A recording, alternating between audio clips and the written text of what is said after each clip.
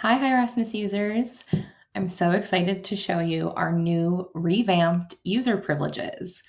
These new user privileges are going to allow a lot more flexibility when you are enabling privileges for your different user roles within your organization.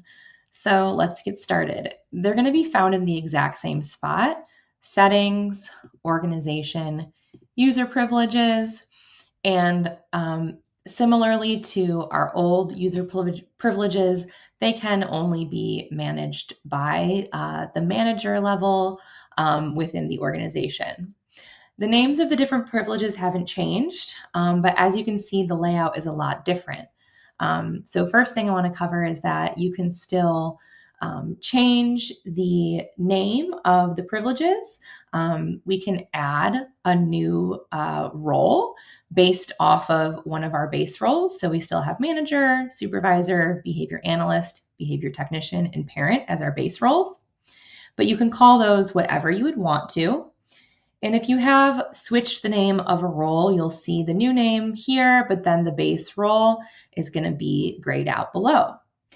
So let's go through the different privileges. So to expand the different user privileges, you can either expand the entire section or go sort of like subsection by subsection to look at the various privileges. One thing to note is you can now see all of the different roles and view them all at once instead of clicking into each role and having to manage each individual role's settings. Now you can see every single role and all of the various privileges. One thing that I want to point out is that we've expanded a lot of our settings around our navigation pages here on the left of our screen. Specifically for the supervisor and behavior analyst roles, there's a lot more flexibility in those roles now. So for example, you can turn off the ability for supervisors to access your prompt levels and your workflows if you don't want them to have access to that, or we can turn those on. If you want them to be able to have access to your note templates or your forms or your reports, we can turn those on for them. And you'll notice that there are some that are grayed out for particular roles. The most restrictive roles are, of course, the behavior technician role and the caregiver role. So again, we can collapse or expand these various settings. But another thing to point out too is that every single one of our settings has a little tooltip here.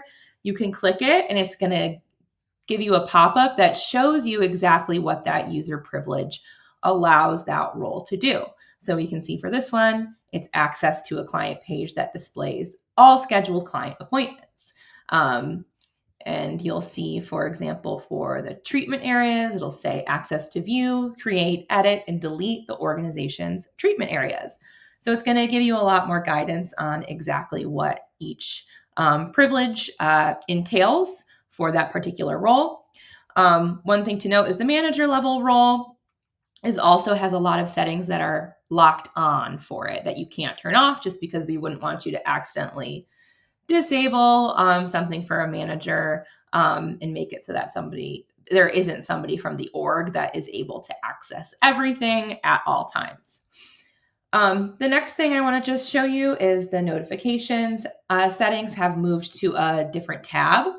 So it looks very similar. You're going to switch between the different roles right here. It's going to show the name of the role that you have specified.